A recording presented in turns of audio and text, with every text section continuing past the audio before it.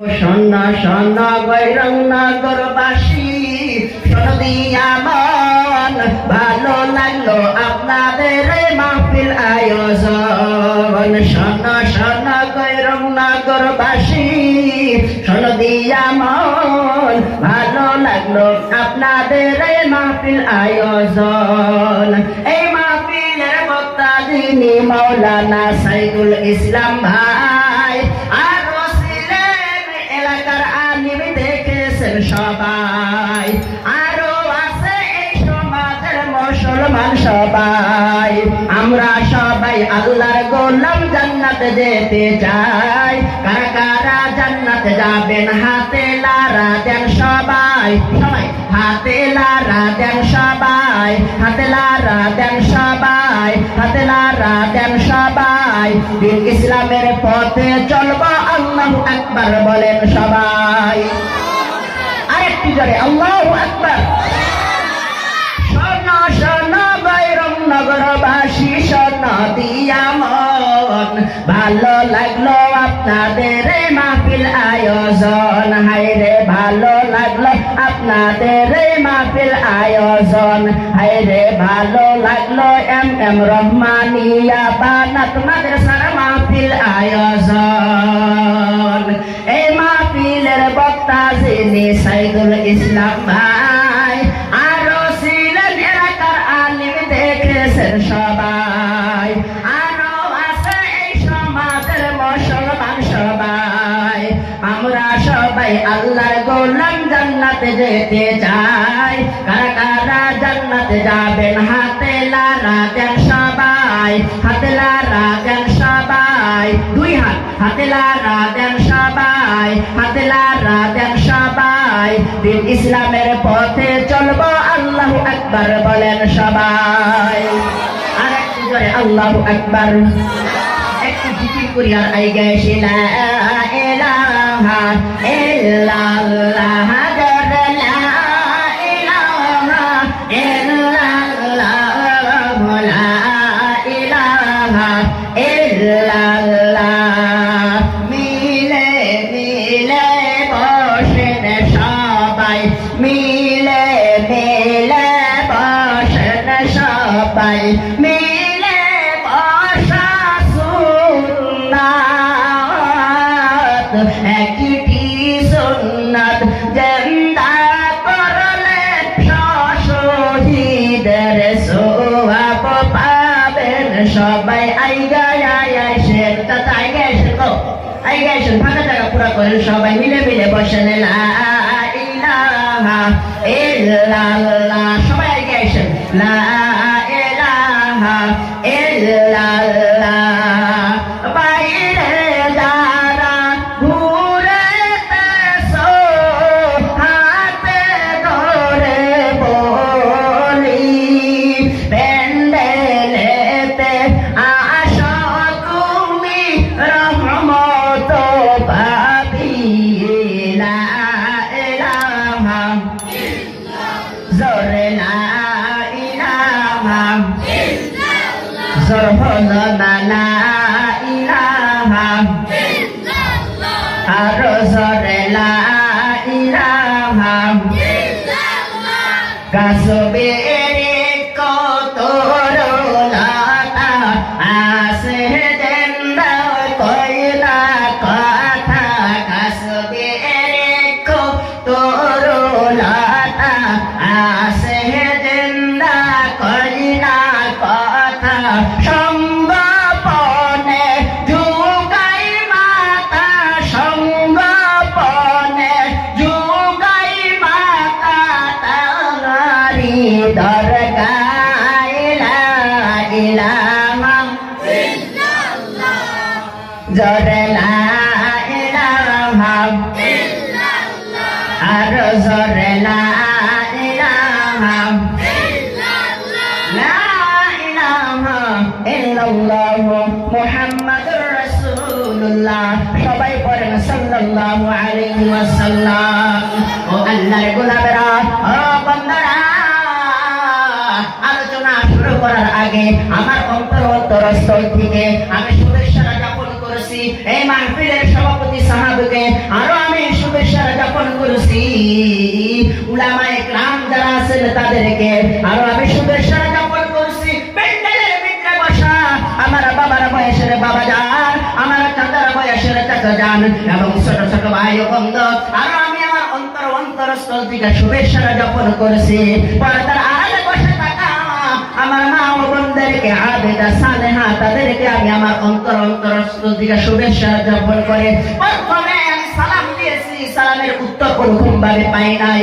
সালাম দেওয়া সুন্নাত, সালামের জবাব দেওয়া ওয়াজিব। আমি আরেকটা বার সালাম দিব, সবাই চিৎকার মেরে উত্তর দেওয়ার চেষ্টা করবেন, আসসালামু আলাইকুম। এইবার কিছু জোরে হইছে, এবার কিছু জোরে হইছে। মাহাতারাম দোস্ত বুজুর্গ, আমরা মুস্তাহাব কতগুলা আমল, মুস্তাহাব আমল ধরি, কিন্তু কতগুলা আমল ফরজ ছেড়ে দিই। মুস্তাহাবকে ফরজ মনে করে নিছি, মানে জানি না তো যেটা মুস্তাহাব, ওই জন্য এটাকে আসল ভেবে নিছি। ফির আরেকটা যে আছে ওটা হলো ওয়াজিব, ওটা জানি না, ওই জন্য ওইটাকে ওরকম ভাবে গুরুত্ব দেই না, ওটাকে ওরকম ভাবে গুরুত্ব দেই না। আমরা হইলাম যে মাটির মূর্তি, এক ব্যক্তি দুইটা মূর্তি বানাইছে, বাজারে বিক্রি করার জন্য নিছে, একজনে কেনার জন্য আসছে, ওই দাম কত রে? এটার একটার দাম 500 আর একটার দাম 50। মারছে একটা ধমক, দুইটা মূর্তি দেখতে একটার দাম 500 আর একটার দাম 50, এটা একটা কথা? যখন ধমক মারছে তখন এই দোকানদার বলতেছে, ধমকায় না, কিসের জন্য 500, কিসের জন্য 50, আমি তোমাকে বুঝাইয়া দিই। আধা হাত একটা লাঠি নিছি, লাঠি বুঝেন গো? লাঠি বুঝেন না? আধা হাত একটা লাঠি নিছে, নেওয়ার পরে লাঠিটা কি করছে? ডাইন কান দিয়ে ঢুকিয়ে দিছে, ডাইন কান দিয়ে ঢুকিয়ে দিছে। যে মূর্তিটার দাম 50 টাকা, ডাইন কান দিয়ে ঢুকিয়ে দিছে, বাম কান দিয়ে বাইরে হয়ে আসছে, এটার দাম 50 টাকা। আর যেটার দাম 500 টাকা, ওইটা কান দিয়ে ঢুকায় দিছে, ভিতরে ঢুকিয়ে দিছে, এটার দাম 500 টাকা, এটার দাম 500 টাকা। আমরা হইছে এমন কথা, এক কান দিয়ে শুনি আর কান দিয়ে বাইরে করে দিই। মাহফিল তো প্রত্যেক বছরই হয়, ঠান্ডা সিজন আসলেই হয়, হয় না গো? প্রত্যেকবারই তো শুনি। আমলের ভিতরে আনলামটা কি? কি আমলের ভিতরে আনলাম? নিজে চিন্তা করে দেখি কতটুকু আমি পরিবর্তন হইলাম, চিন্তা করে দেখি। মাহতারাম দোস্ত বুজুর্গ, ও আল্লাহর গোলাম নবীর উম্মতেরা, 50 টাকা দান মূর্তি হইলে হবে না। এখন তো বয়ান মোবাইলের ভিতরেও শোনা যায়, দিলবার সাইদের বয়ান শোনা যায়, আজহারের বয়ান শোনা যায়, বড় বড় বক্তার বয়ান শোনা যায়। ও বন্ধু, বড় বড় বক্তার বয়ান বহুত মানুষ শোনে, মোবাইলের ভিতরে বয়ান চালু করে দিয়া মোবাইলটা পকেটে রাখে, রাখার পরে বয়ান শুনতেছে, বয়ান শুনতেছে আর পেশাব করতেছে, মানে কদর নাই বয়ানে, বয়ানের কি নাই? কদর নাই। মাহতারাম দোস্ত বুজুর্গ, তবে আমরাও মাহফিলের ভিতরে আসি, আমরা সুরকে ভালোবাসি। কিসকে ভালোবাসি গো? সুরকে ভালোবাসি আমরা। কথাটা হাদিস কোরআনের হইতেছে, আহা কি কয়, এক জায়গার ভিতরে বয়ান করতেছে এক বক্তা, আরেকজন দাঁড়ায় কয়, মানে হাদিস কোরআনের তাফসীর করতেছে, তো হাদিস কোরআনের কথা কইতেছে, আরেকজন দাঁড়ায় কয়, ও হুজুর কি কোন আপনি? কোন ঘটনা কোন আপনি? তে ঘটনা শুরু করে দিছে। একজন ছিল সাধুকে বাগে তারা করছে, সাধু খোলা দিনিয়া বাঘকে তারা করছে, সাধুর বউ পিছে পিছে দৌড়াইছে। ওই ব্যক্তি কয় সুবহানাল্লাহ, দেখছেন নি? কয় সুবহানাল্লাহ, মানে বক্তা এটা বানায়া কইছে, বক্তা তো এটা বানায়া কইছে আর কি, ওই সুবহানাল্লাহ কইছে। আমরা কিসসা কাহিনীকে ভালোবাসি। হাদিস কোরআন দিয়া বুঝানো হইতেছে দান করা কি, হাদিস কোরআন দিয়া বুঝানো হইতেছে নবীর সুন্নতকে মহব্বত করো, নবীর সুন্নতকে ভালোবাসো, বিবিকে পর্দায় রাখো, বেটিকে পর্দায় রাখো। মাহতারাম দোস্ত বুজুর্গ, এগুলো আমাদের কর্ণ দিয়ে প্রবেশ করে না, আমাদের ভিতরে প্রবেশ করে না, আমাদের ভিতরে প্রবেশ করে না। কিন্তু মরণ একদিন সবাই আসবে, আর কবর কেমন জন্য জান্নাতের টুকরা, কেমন জন্য জাহান্নামের গর্ত হবে। যে আল্লাহর হুকুম মানছে, নবীর তরিকায় চলছে, তার জন্য কবর জান্নাতের টুকরা হবে। যে আল্লাহর হুকুম মানে নাই, নবীর তরিকায় চলে নাই, তার জন্য কবর জাহান্নামের গর্ত হবে। আমার জন্য কবর কি করতে হবে? জান্নাতের টুকরা বানাইতে হবে। আর জান্নাতের টুকরা বানাইতে চাইলে আল্লাহর হুকুম মানতে হবে, নবীর তরিকায় চলতে হবে, কোরআন মানতে হবে, হাদিস মানতে হবে, মসজিদের সাথে মাদ্রাসার সাথে পেয়ারা ভালোবাসা মহব্বত করতে হবে। তবে আমার মরণের টাইমে কালিমা নসিব হবে। আর আমার জন্য আল কুবুর রাউজাতুল রিয়াজাতুল জান্নাহ, কবরটা জান্নাতের টুকরা হবে, বলেন সুবহানাল্লাহ।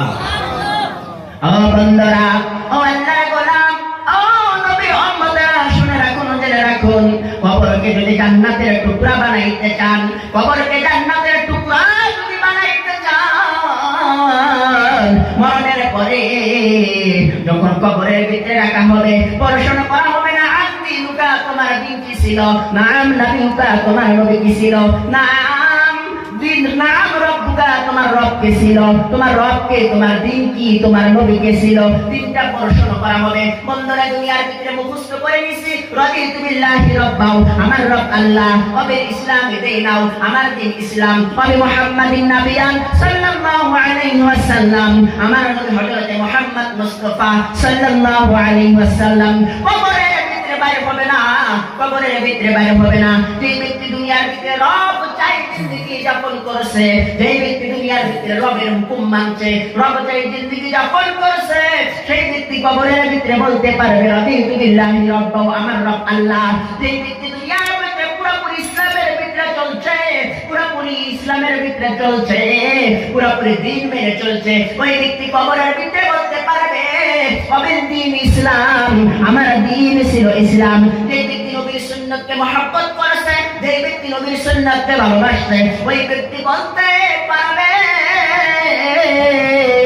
আমার নবী ছিল হযরত মুহাম্মদ মুস্তাফা সাল্লাল্লাহু আলাইহি ওয়াসাল্লাম।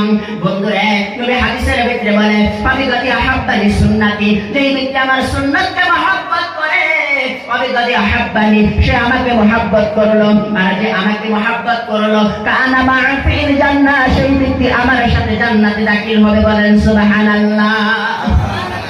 এবার আসলে সুন্নতের ভাগ হলো তিনটা, একটা হলো সুন্নতে কওলি, আরেকটা হলো সুন্নতে আফআলি, আরেকটা হলো সুন্নতে ফি'লি। নবী বলে যেই ব্যক্তি সুন্নতে ফি'লিকে মহব্বত করবে, সেই ব্যক্তি আমার সাথে জান্নাতে দাখিল হবে, বলেন সুবহানাল্লাহ। সুন্নতে ফি'লি কাকে বলে? সুন্নতে কওলি যেটা, এটাও মানতে হবে, সুন্নতে আফআলি যেটা, এটাও মানতে হবে। বন্ধুরে, কিন্তু নবী বলেছে সুন্নতে ফি'লি মানলে আমার সাথে জান্নাতে দাখিল হবে। সুন্নতে ফি'লি হলো দিনের জন্য মার খাওয়া, দিনের জন্য মানুষের গান শোনা, এটা হলো কি সুন্নতে ফি'লি। এই যে মাদ্রাসা কায়েম করার পরে যে মুহতামিম আছে, অনেক জায়গা দিতে যায়, মাদ্রাসা এটা দরকার, ওটা দরকার, মানুষ গায়ে যায় না গো। যারা কালেক্টরি করে, মাদ্রাসার জন্য কালেকশন করে, তাদের মানুষ অনেক কথা বলে না, অনেক কথা বলে। শুধু আলিমদের দোষ, কি করব? আলিমরা যদি জোরে হাইটা যায়, দাওয়াত পাইছে, অস্তে হাইটা যদি যায়, কয় পাই নাই দাওয়াত, খালি আলিমদের দোষ। মাদ্রাসা একটা বানাইছে, কালেক্টর কালেকশন করার জন্য গেছে, কয় সব কি খায়। কত প্রকার কথা, এই কথাকে সহ্য করা, একটা দিন প্রতিষ্ঠান করলে মানুষ অনেক রকম কথা বলবে, এই কথাকে সহ্য করা, এটা হলো সুন্নতে ফি'লি। এটা কি সুন্নতে ফি'লি? দিনের জন্য, আল আকিমুদ্দিন, দিনকে কায়েম করার জন্য, সারা দুনিয়ার ভিতরে দিন কায়েম হোক, সারা দুনিয়ার মানুষ দিনের উপরে চলনেওয়ালা হোক, সারা দুনিয়ার মানুষ কোরআন মাননেওয়ালা হোক, সারা দুনিয়ার মানুষ হাদিস অনুযায়ী চলনেওয়ালা হোক। এই ফিকির নিয়া যারা দিনকে কায়েম করার জন্য, প্রতিষ্ঠা করার জন্য যারা মাদ্রাসা বানাইছে, মাদ্রাসা বানানোর পরে পড়াইতেছে এবং কালেকশন করতেছে, তাদেরকে অনেক রকম মানুষ অনেক কথা শোনাইতেছে, এই কথাগুলো সহ্য করতেছে, এই ব্যক্তি সুন্নতে ফি'লিকে জিন্দা করলো। ও বন্ধু, সুন্নতে ফি'লি হলো দিনের দাওয়াত দিবার যায় মারি খাওয়া, সুন্নতে ফি'লি হলো দিনের দাওয়াত দিবার যাইয়া মারি খাওয়া, সুন্নতে ফি'লি হলো দিনের দাওয়াত দিবার যাইয়া গান শোনা। আমি মাওলানা পাশ করে আসার পরে, মাওলানা ক্লিয়ার করে আসার পরে, আমি যখন 4 মাসের জন্য গিয়েছিলাম, 4 মাসের জন্য আমি গিয়েছিলাম ড্যামডেমা হালকা, চিনেন ড্যামডেমা হালকা, নয়ার হাটের ওই দিকে। বন্ধুরে, ও আল্লাহর গোলাম, ও নবীর উম্মতেরা, ড্যামডেমা হালকা আছে, আরেকটা হালকা আছে শৈলমারি হালকা। এই শৈলমারি হালকার ভিতরে একটা বাজার আছে, নাম হলো পাগলা হাট। পাগলা হাটের ওই দিকে একটা গ্রাম আছে, ওই গ্রামের নাম হইল আলোকজারি। শুক্রবার 17 জন সাথী ছিলাম, 11 জন সাথী বাইর হয়ে গেছি। ওই এলাকার ভিতরে 3 দিন পরে আরেকজন মানুষ তশকিল হইল, হুজুর এলাকার ভিতরে আপনার সাথে চিল্লা দিব। এইভাবে 17 জন সাথী হইছিলাম। এই আদমকারী গ্রামের ভিতরে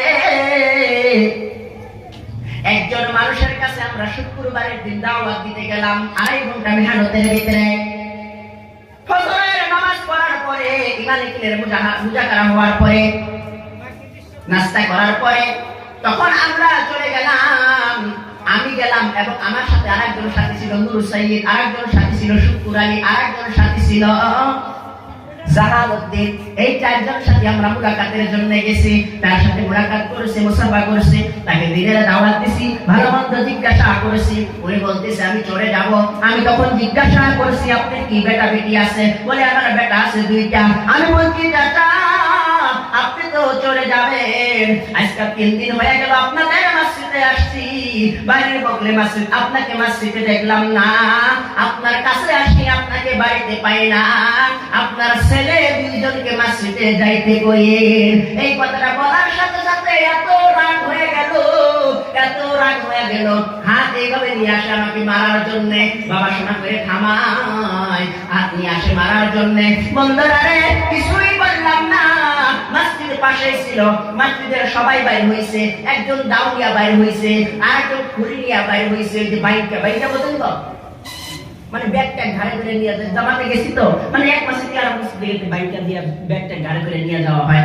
তো বাইকটা নিয়ে আর সাথীগুলো বাইর হইছে। আমি সবাইকে ইশারা করছি, না সবাইকে ইশারা করছি, সবাই মসজিদের ভিতরে আছে। আমরা 4 জন সাথী ওই জায়গা, নূর সৈয়দ, জাহালউদ্দিন, আমরা আর শুকুর আলী, আমরা আর আমি 4 জন সাথী ওই জায়গার ভিতরে। যাই হোক বাবা শোনা করে থামায় এখন আমরা আসলাম।